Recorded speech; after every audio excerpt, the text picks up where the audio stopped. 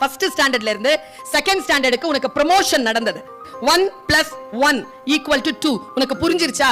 you are eligible to second standard. 1 × 1 1 புரிஞ்சிருச்சா? you are eligible to third standard. 1 ÷ 1 = 0 புரிஞ்சிருச்சா? you are promoted to fourth standard.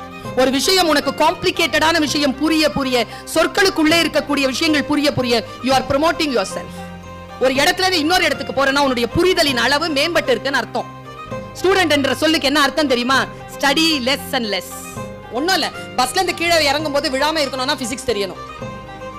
சுடுதண்ணியை ஒழுங்கா ப்ராப்பரா குடிக்கணும்னா உனக்கு chemistry தெரியணும். உனக்கு சாப்பிட்ட சாப்பாடு செரிக்குதா செரிக்கலையான்னு ஒரு புத்தி இருக்குன்னா அதுக்கு பயாலஜி தெரியும். பேசிக்கான விஷயங்கள் தான் இப்ப சொல்லி தருவாங்க. ஒரு விஷயத்தை ஆழமா ஆழமா ஆழமா பாரு. எம்பிபிஎஸ் படிக்கிறோம், 5 வருஷம் பாடி ஃபுல்லா படிக்கிறோம். எம்எஸ் படிக்கும் போது என்ன படிக்கிறோம்? கண்ணை மட்டும் படிக்கிறோம், இதயத்தை மட்டும் படிக்கிறோம். என்ன அர்த்தம்? எல்லாம் தான் படிச்சாச்சு.